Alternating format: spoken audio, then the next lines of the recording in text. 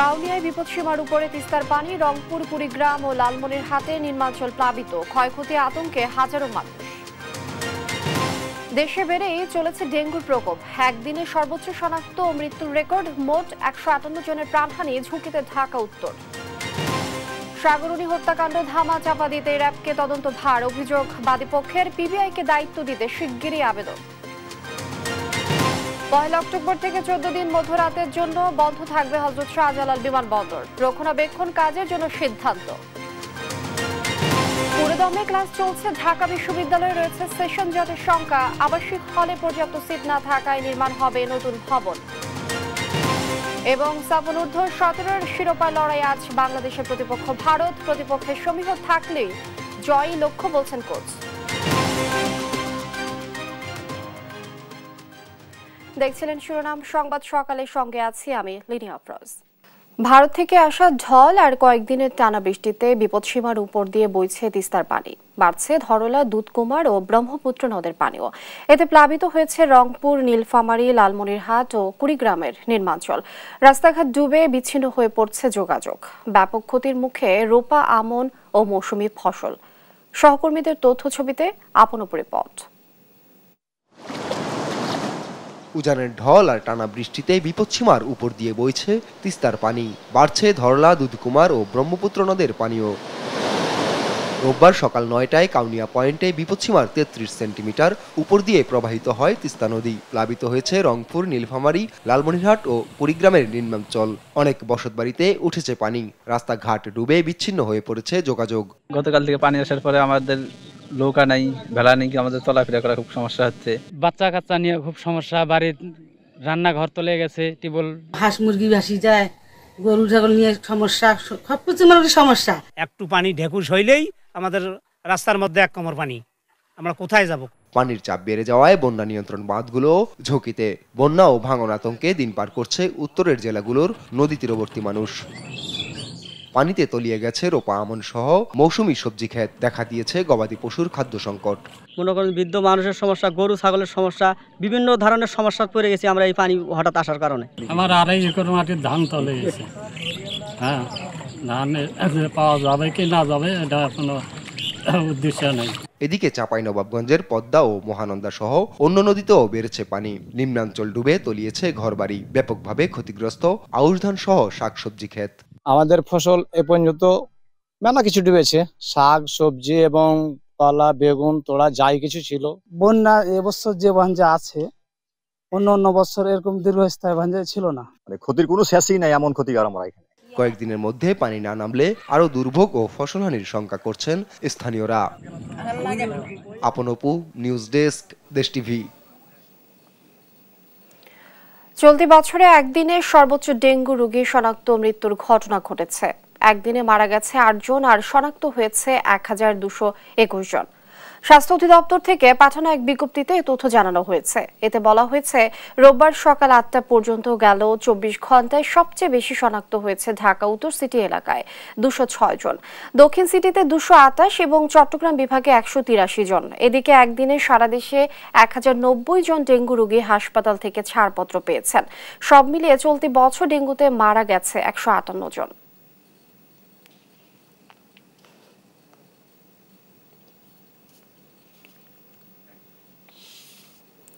৩.৫ মাস পর একাডেমিক কার্যক্রম শুরুর মধ্য দিয়ে প্রাণ ফিরেছে ঢাকা বিশ্ববিদ্যালয়ে। দীর্ঘদিন পর ক্লাস শুরু হওয়ায় সেশন জটের আশঙ্কা করছেন শিক্ষক শিক্ষার্থীরা। জট কমাতে অনলাইনে ক্লাস নিতে জোর দিয়েছেন অধ্যাপক রুবায়েত ফেরদৌস। এদিকে শিক্ষার্থীদের অনুপাতে আবাসিক হলগুলোতে পর্যাপ্ত সিট না থাকায় ভোগান্তি বাড়ছে, তাই নতুন হল নির্মাণে উদ্যোগ নেওয়া হচ্ছে বলে জানায় বিশ্ববিদ্যালয় প্রশাসন। আরও জানাচ্ছেন NI নাহিদ। অপরাজয় বাংলা, মধুর ক্যান্টিন, TSC, নীরবতা ভেঙে ঢাকা বিশ্ববিদ্যালয়ে ফিরেছে প্রাণচাঞ্চল্য। টানা ৩.৫ মাস পর একাডেমিক কার্যক্রম শুরু হওয়ায় শিক্ষার্থীদের মাঝে স্বস্তি ফিরেছে। তবে দীর্ঘদিনের স্থবিরতায় সেশন জটের শঙ্কাও থাকছে। আমরাও চেষ্টা করব ক্লাসগুলোকে যেভাবে কভার করা যায়, যদি এক্সট্রা লাগে, যদি অনলাইন লাগে, যেভাবে কভার করা যায় করে সেশন জটকে যতটা রিডিউস করা যায়। সেশন জটের সংখ্যা তো সবসময় থেকেই যায়, চাইলে একটু এদিক সেদিক করে অ্যাডজাস্ট করা যাবে। কিছু কিছু ডিপার্টমেন্টের হয়তো বা পরীক্ষাটা একটু পিছিয়ে হতে পারে বা মানে কোর্সটা একটু লেন্দি হতে পারে, বাট ওরকম সেশন জটে পড়বো বলে আমার মনে হয় না। সেশন জট রোধে অনলাইনে ক্লাস নেয়ার পরামর্শ অধ্যাপক রুবায়েত ফেরদৌসের। সেশন জটের যে সংখ্যা করা হচ্ছে, আমরা কিন্তু এরকম সংকট বহুবার পার করেছি আমরা, তো আমরা মনে হয় এইটাও আমরা হয়তো ক্লাসের সংখ্যা বাড়িয়ে দিয়ে কিছু অনলাইন কিছু অফলাইন দিয়ে এই সেশন জট হয়তো আমরা কমাতে পারবো। এদিকে শিক্ষার্থীদের অনুপাতে আবাসিক হলগুলোতে পর্যাপ্ত সিট না থাকায় ভোগান্তি বাড়ছে। উপাচার্য অধ্যাপক ডক্টর নিয়াজ আহমেদ খান জানান, শিক্ষার্থী অনুপাতে হলে সিটের সংখ্যা অপ্রতুল, তাই নতুন হল নির্মাণে উদ্যোগ নেওয়া হবে। বন্ধুপ্রতিম রাষ্ট্র যারা আছে, বিশেষ করে আমরা সেদিনও যখনই কোনো সুযোগ পাই সরকারি মহলেতে উপস্থাপন করেছি, কর্পোরেট মহলেও আমাদের এটা উপস্থাপন করার আগ্রহ আছে। বন্ধুপ্রতিম রাষ্ট্রগুলোর মধ্যে যখন যারা আমাদের এখানে বিভিন্ন সময়ে সরকারিভাবে ভিজিটে আসেন, সেদিন উদাহরণস্বরূপ বলছি যে আমাদের মাননীয় চাইনিজ অ্যাম্বাসেডর মহোদয় এসেছিলেন, তাকেও আমরা অনুরোধ করেছি যে আমাদের হলের ব্যাপারে তারা কোনো সহযোগিতা করতে পারেন কিনা। উপাচার্য অধ্যাপক ডক্টর নিয়াজ আহমেদ খান জানান, নীতিমালার ভিত্তিতে হলে সিট বরাদ্দ হবে। এনআই নাহিদ, দেশ টিভি, ঢাকা। সাংবাদিক দম্পতি সাগরণী হত্যাকাণ্ডে এসেছে নতুন মোড়। নতুন করে অ্যাডভোকেট শিশির মনিরকে আইনজীবী নিয়োগ দিয়েছে বাদীপক্ষ। রুনির ভাই বলেন, মামলা দ্রুত নিষ্পত্তির জন্য এই সিদ্ধান্ত তাদের। পরিবর্তিত পরিস্থিতিতে মামলাটি নিষ্পত্তির আশা জানান এই আইনজীবী। তবে যাদের বিরুদ্ধে অভিযোগ আছে তাদের বিচারের মুখোমুখি করা হবে বলেও জানান তিনি। সাবরিনা মজুমদারের রিপোর্ট। সাংবাদিক সাগরণী হত্যার পেরিয়েছে এক যুগ। মামলার ফাইল পুলিশ সিআইডির হাত ঘুরে শেষ পর্যন্ত যায় র্যাবের কাছে। শেখ হাসিনা সরকারের সময় আলোচিত এই হত্যাকাণ্ডের জট খুলতে পারেনি কোনো সংস্থাই। ৫ আগস্ট দেশের রাজনৈতিক প্রেক্ষাপট বদলালে প্রধান উপদেষ্টার কণ্ঠেও ধ্বনিত হয় সাংবাদিক দম্পতি সাগর সরোয়ার ও মেহেরুন্ননী হত্যাকাণ্ডের ন্যায় বিচার। এতে নতুন করে আশার আলো দেখছেন সাগরুনির স্বজন ও সহকর্মীরা।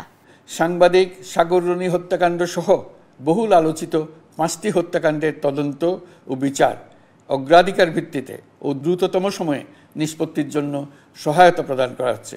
এমন পরিস্থিতিতে মামলার বাদী রুনির ভাই নওশের রোমান নিয়োগ দিয়েছেন নতুন আইনজীবী। রোববার সুপ্রিম কোর্ট প্রাঙ্গণে সাংবাদিকদের মুখোমুখি হয়ে তিনি বলেন, এই হত্যাকাণ্ড ধামাচাপা দিতে তৎকালীন সরকার তদন্তের দায়িত্ব দেয় র্যাবকে।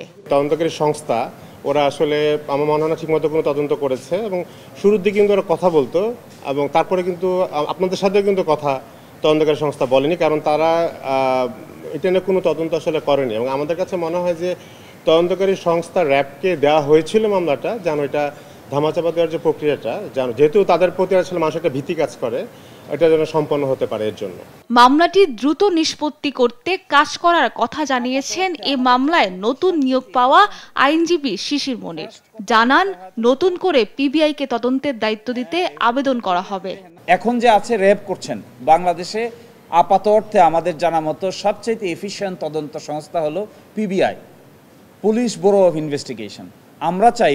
আমরা পরামর্শ করেছি, প্রাথমিক আলোচনা করেছি, আমরা চাইব এই তদন্তটি সবচাইতে দক্ষ টিম পিবিআই কর্তৃক তদন্ত হোক এবং স্বল্প সময়ের মধ্যে সবকিছু আদালতের সামনে উন্মোচিত হোক। 2012 সালের 11 ফেব্রুয়ারি রাতে ঢাকার পশ্চিম রাজাবাজারে নিজ বাসায় খুন হন সাগর সরোয়ার ও মেহেরুন্ননী। তৎকালীন স্বরাষ্ট্রমন্ত্রী সাহারা খাতুন 48 ঘন্টার মধ্যে অপরাধীদের গ্রেপ্তারের আশ্বাস দিলেও পেরিয়ে গেছে এক যুগ। সাবরিনা মজুমদার, দেশ টিভি, ঢাকা। সজীব ওয়াজেদ জয়কে অপহরণ ও হত্যা ষড়যন্ত্রের মামলায় দৈনিক আমার দেশ পত্রিকার ভারপ্রাপ্ত সম্পাদক মাহবুবুর রহমানকে কারাগারে পাঠিয়েছেন আদালত। রোববার ঢাকার সিএমএম কোর্টে আত্মসমর্পণ করেন তিনি। মাহবুবুর রহমান জানান, মিথ্যা মামলা আইনিভাবে মোকাবেলা করা হবে। আলিমুজ্জামান সাফওয়ানকে সঙ্গে নিয়ে নাফিয়া ফারজানার রিপোর্ট। রোববার সকালে নিরাপত্তার চাদরে ঘিরে ফেলা হয় আদালত চত্বর। আইন শৃঙ্খলা বাহিনীর সঙ্গে ছিল সেনাবাহিনীর বাড়তি সতর্কতা। সকাল 10টার পর সহকর্মীদের নিয়ে আদালতে আসেন আমার দেশ পত্রিকার ভারপ্রাপ্ত সম্পাদক মাহমুদুর রহমান। উদ্দেশ্য সজীব ওয়াজেদ জয়কে অপহরণ ও হত্যা চেষ্টা মামলায় আত্মসমর্পণ করা। এজলাসে ওঠার আগে গণমাধ্যমের সঙ্গে কথা বলেন সিনিয়রের সাংবাদিক। জানান সব মামলা মোকাবেলা করবেন আইনি প্রক্রিয়ায়। ফ্যাসিবাদের বিরুদ্ধে লড়াই করতে গেলে নিজের মেরুদণ্ড সোজা রাখতে হবে এবং মেরুদণ্ড সোজা রাখবার জন্য সেই আইন অনুযায়ী আমি সারেন্ডার করব এবং আমি লড়াই অব্যাহত রাখবো, যদিও এই মামলা সর্বৈব মিথ্যা। আত্মসমর্পণের পর মাহমুদুর রহমানকে কারাগারে পাঠানোর নির্দেশ দেন ঢাকার চিফ মেট্রোপলিটন ম্যাজিস্ট্রেট আদালত। আদালতে মাহমুদুর রহমান জামিন চাননি জানিয়ে তার আইনজীবী বলেন, বুদ্ধিবৃত্তিক লড়াইয়ের জন্যই ফাঁসানো হয়েছে তাকে। এই মামলার ঘটনাস্থল আমেরিকায়, সেইটাকে কারসাজি করে বাংলাদেশে ঘটনাস্থল দেখিয়ে সেই মামলা করেছেন এবং জনাব মাহমুদুর রহমান এবং শফিক রেহমানকে জেল দিয়েছে 5 বছরে। মাহমুদুর রহমান ইস্যুতে সুপ্রিম কোর্ট প্রাঙ্গণে প্রতিক্রিয়া জানান ব্যারিস্টার মাহবুবউদ্দিন খোকন। তার বিচার করার অধিকার নাই, বিচারিক করার তার নৈতিকতা নেই। সেই যে সাক্ষীকে আগে এগিয়ে নেওয়া সাক্ষী দিতে, এতে প্রমাণ করে তার বিচারিক মানসিকতা ছিল না, তার বিচারিক ক্ষমতা রহিত করা হোক আমি মনে করি। এদিকে রাজধানীর নিউ মার্কেট থানার হত্যা মামলায় সাবেক আইজিপি চৌধুরী আব্দুল আল মামুনকে 4 দিন ও ঢাকা দক্ষিণ সিটি কর্পোরেশনের 26 নম্বর ওয়ার্ডের সাবেক কাউন্সিলর হাসিবুর রহমান মানিককে 5 দিনের রিমান্ড দিয়েছেন আদালত। একই মামলায় সাবেক আইনমন্ত্রী আনিসুল হক ও সাবেক প্রধানমন্ত্রী শেখ হাসিনার উপদেষ্টা সালমান এফ রহমানকে গ্রেফতার দেখিয়ে কারাগারে পাঠানোর নির্দেশ দেন আদালত। বিজ্ঞ আদালত রিমান্ড বাতিল করে জামিন প্রার্থনা দরখাস্তটি নামঞ্জুর করেন এবং উভয় পক্ষের বক্তব্য শোনার পর রিমান্ড মঞ্জুর করে তাদেরকে তদন্তকারী কর্মকর্তার হেফাজতে প্রদান করেন। এখানে তাকে অন্যায়ভাবে আটক রাখার জন্য এই সুনির্দিষ্ট দেখানো হয়েছিল আমরা মনে করি। এটা আইনানুগ কোনো আদেশ হচ্ছে না। আমরা পরবর্তীতে প্রয়োজন মনে করলে এই ব্যাপারে উচ্চ আদালতে যাব এবং আমরা যাতে সুবিচার পাই সেখানে আমরা আবেদন করব।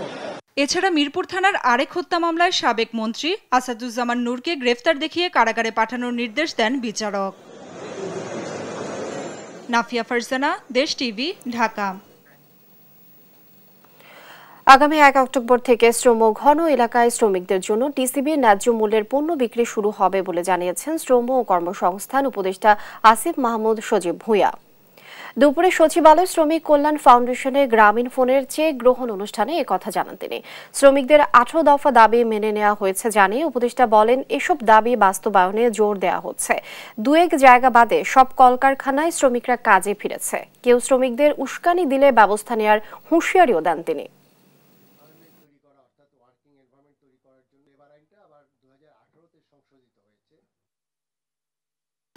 ওনারা চেষ্টা করছেন শ্রমিকদেরকে বোঝানোর, কিন্তু কিছু জায়গায় আমি অযৌক্তিকই বলবো, কিছু জায়গায় শ্রম আইনের বহির্ভূত কিছু দাবি আছে, সেগুলো তো আমরা অ্যাকোমোডেট করতে পারবো না, কারণ সেখানে একটা আইন আছে এবং এর বাইরেও কিছু জায়গায় ক্রিমিনাল অফেন্সের খবর আমরা পাচ্ছি এবং সেক্ষেত্রে আমরা আগেই বলে দিয়েছিলাম যে এক্ষেত্রে যারা আইন ভঙ্গ করবে তাদেরকে তো অবশ্যই আইনানুগ ব্যবস্থা তাদের বিরুদ্ধে নিতে হবে। 1 নভেম্বর থেকে পলিথিন কারখানায় অভিযান চালানোর ঘোষণা দিয়েছেন পরিবেশ উপদেষ্টা সৈয়দা রিজওয়ানা হাসান। ডিসেম্বরের মধ্যে সচিবালয় প্লাস্টিক মুক্ত করার পরিকল্পনাও জানান তিনি। রাজধানীর আগারগাঁওয়ে নিষিদ্ধ পলিথিন শপিং ব্যাগের বিকল্প পণ্যের মেলা উদ্বোধন করে কথা বলেন উপদেষ্টা। আরও জানাচ্ছেন এনআই নাহিদ। নিষিদ্ধ পলিথিন ব্যাগের বিকল্প তুলে ধরতে এ পণ্যের পসরা। রোববার সকালে রাজধানীর আগারগাঁওয়ে পলিথিন শপিং ব্যাগের বিকল্প পণ্যের বিষয়ে জনসচেতনতা ও বিকল্প সহজীকরণের লক্ষ্যে মেলার আয়োজন করে পরিবেশ অধিদপ্তর। সরকারি বেসরকারি উদ্যোক্তাদের অংশগ্রহণে এ মেলা হয়। উদ্বোধন করেন পরিবেশ উপদেষ্টা সৈয়দা রিজওয়ানা হাসান। পরিবেশ বান্ধব কাগজ, কাপড় ও চটের শপিং ব্যাগের এ মেলায় এসে উচ্ছ্বসিত দর্শনার্থীরা। পাট বা তারপরে হ্যান্ডমেড পেপার এগুলো যে আরও কত ক্রিয়েটিভলি ইউজ করা যায় আমরা স্টলগুলো ঘুরে ঘুরে দেখলাম। মানুষের জীবনটাকে নিরাপদ করার এমন উদ্যোগকে স্বাগত জানান উদ্যোক্তারা। তারা দাবি করেন এ পদক্ষেপ দীর্ঘস্থায়ী করার জন্য। আমাদের জায়গা থেকে এরকম যখন আমাদেরকে পলি দিবে আমরা যদি না নেই তো দোকানদাররা কিন্তু সেখানে সচেতন হয়ে যাবে। আমরা আমাদের তরফ থেকে যেমন এই যে এই ব্যাগগুলো তৈরি করছি, এগুলো হচ্ছে ক্যানভাস কটনের, এটা কিন্তু পচনশীল। তো আমরা চায়নাকে বিট দিয়ে আমরা এই পণ্যটাকে বিদেশে এক্সপোর্ট করতে পারি। ডিসেম্বরের মধ্যে সচিবালয় প্লাস্টিক মুক্ত করার পরিকল্পনা চলছে বলে জানান পরিবেশ উপদেষ্টা সৈয়দা রিজওয়ানা হাসান। আগামী প্রজন্মকে পলিথিন ও কেমিক্যাল মুক্ত রাখতে 1 নভেম্বর থেকে পলিথিন কারখানাগুলোতে অভিযান চলবে বলেও জানান উপদেষ্টা। তো আগামী প্রজন্মকে রক্ষার জন্য, কেমিক্যাল মুক্ত রাখার জন্য অপচনশীল পলিথিন শপিং ব্যাগের যে অভিশাপ, সেটা থেকে আগামী প্রজন্মকে, নদী নালা মাটি এই সব কিছুকে রক্ষার জন্য আশা করি আমরা 1 অক্টোবর থেকে আমাদের কাজটা শুরু করতে পারছি। আমরা ধাপে ধাপে যাব, সকলকে একসাথে একই জায়গায় এনে ঐক্যমতের ভিত্তিতে আগাবার চেষ্টা করব। তবে সিদ্ধান্তে কিন্তু কোনো পরিবর্তন আসবে না। পাট শিল্পের ঐতিহ্য ফিরিয়ে আনতে কাগজ, কাপড় ও পাটজাত পণ্যের ব্যাগ ব্যবহারের জন্য সবাইকে আহ্বান জানান পরিবেশ উপদেষ্টা। NI নাহিদ, দেশ টিভি, ঢাকা। রক্ষণাবেক্ষণ কাজের জন্য আগামী 1 অক্টোবর থেকে 14 অক্টোবর পর্যন্ত মধ্যরাতে 3.5 ঘন্টার জন্য বন্ধ থাকবে হযরত শাহজালাল আন্তর্জাতিক বিমানবন্দরের রানওয়ে। রোববার এক সংবাদ বিজ্ঞপ্তিতে এ তথ্য জানিয়েছেন শাহজালাল বিমানবন্দরের নির্বাহী পরিচালক গ্রুপ ক্যাপ্টেন মোহাম্মদ কামরুল ইসলাম। তিনি বলেন, রাত 1টা থেকে রাত 4:30 পর্যন্ত সব ফ্লাইটের অবতরণ ও উড্ডয়ন কার্যক্রম স্থগিত করা হয়েছে। ফলে যাত্রীদের ফ্লাইট সূচিতে পরিবর্তন হওয়ার সম্ভাবনা রয়েছে। ইতিমধ্যে সংশ্লিষ্ট সব এয়ারলাইন্স ও সংস্থাকে জানানো হয়েছে বলেও জানান তিনি।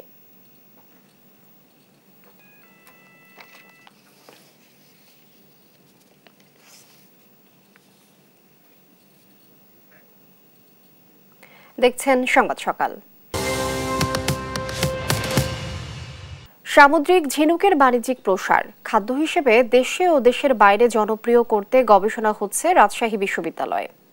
উপকূলীয় অঞ্চলের বাইরে কিভাবে সামুদ্রিক মাছের মতো ঝিনুককে খাদ্য হিসেবে জনপ্রিয় করা যায় সেই লক্ষ্য নিয়ে কাজ করছেন গবেষকরা।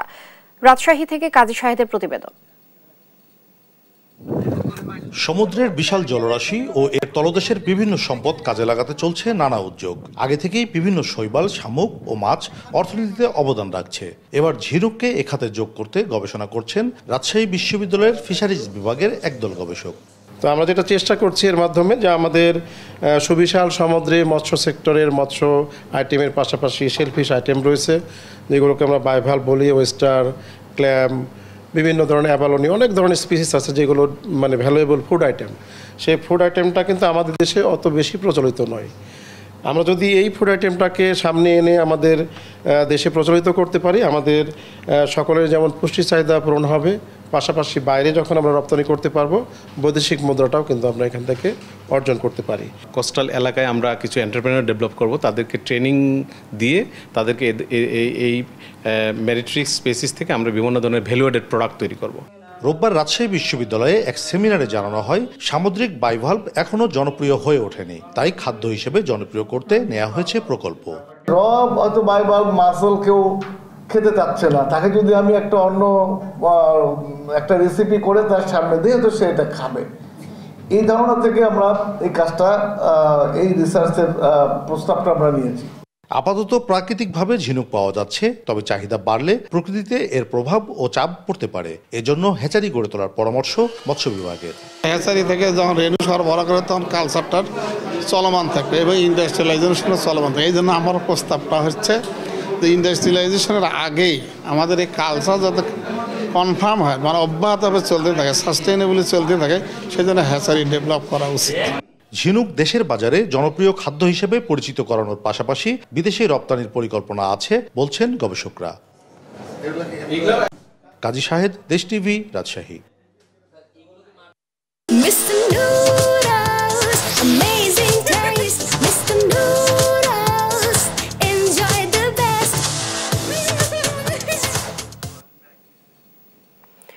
সমবায় ব্যাংকের 12,000 ভরি স্বর্ণ খুঁজে পাওয়া যাচ্ছে না বলে জানিয়েছেন এলজিআরডি উপদেষ্টা এএফ হাসান আরিফ। দুপুরে কুমিল্লার পল্লী উন্নয়ন একাডেমি বার্ডের 57তম বার্ষিক পরিকল্পনা সম্মেলনে এসব কথা বলেন তিনি। উপদেষ্টা জানান, যারা দায়িত্বে ছিল তারাই সমবায় ব্যাংকের বহু সম্পত্তি দখল করেছে, তাদের বিরুদ্ধে আইনি ব্যবস্থা নেওয়া হচ্ছে। এছাড়া সমবায়ীরা শুধু কমিটিতে ঢুকতে চায়, কি উন্নয়ন হলো সেদিকে তাদের লক্ষ্য নেই বলেও জানান তিনি।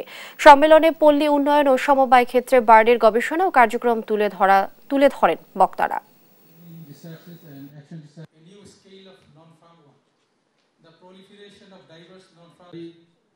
enthusiastic and we are 12,000 ভরি সোনা খোঁজ পাওয়া যাচ্ছে না। এই হচ্ছে সমবায় ব্যাংকের অবস্থা। সমবায় ব্যাংকের সম্পত্তি আছে, সেই সম্পত্তি বেদখল হয়ে আছে।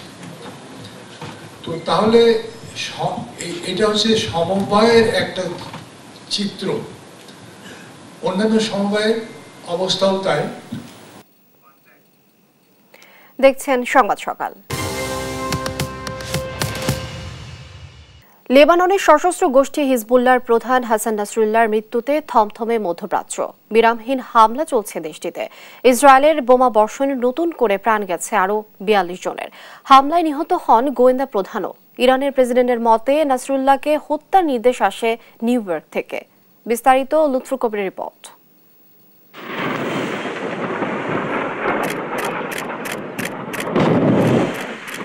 ইসরায়েলি বাহিনীর বিরামহীন বিমান হামলায় কাঁপছে লেবানন। দিন কি রাত রাজধানী বৈরুত থেকে সব জায়গায় চলছে তাণ্ডব। শনিবার দেশটির দক্ষিণাঞ্চলের সীমান্তবর্তী শহরের আবাসিক ভবনেও ঘটে বিকট বিস্ফোরণ। এ প্রসঙ্গে ইসরায়েলি সেনাবাহিনীর দাবি, সশস্ত্র গোষ্ঠী হিজবুল্লাহ ও সামরিক স্থাপনায় চালানো হয় এ হামলা। এতে নারী, শিশুসহ সাধারণ মানুষের লাশের সারি বাড়ছে।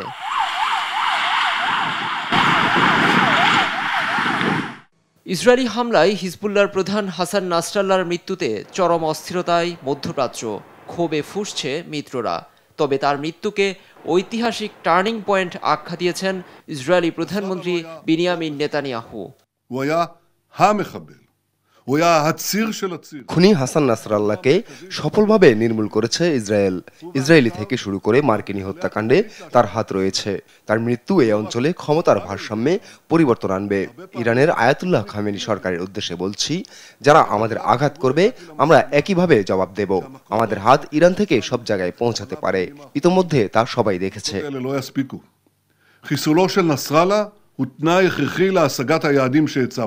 এর কঠিন বদলা নেওয়ার হুঙ্কার দিয়েছে হিজবুল্লাহর মিত্র ইরান। দেশটির সর্বোচ্চ নেতা আয়াতুল্লাহ আল খামেনি মুসলিম বিশ্বকে ইসরায়েলের বিরুদ্ধে দাঁড়ানোর আহ্বান জানিয়েছেন।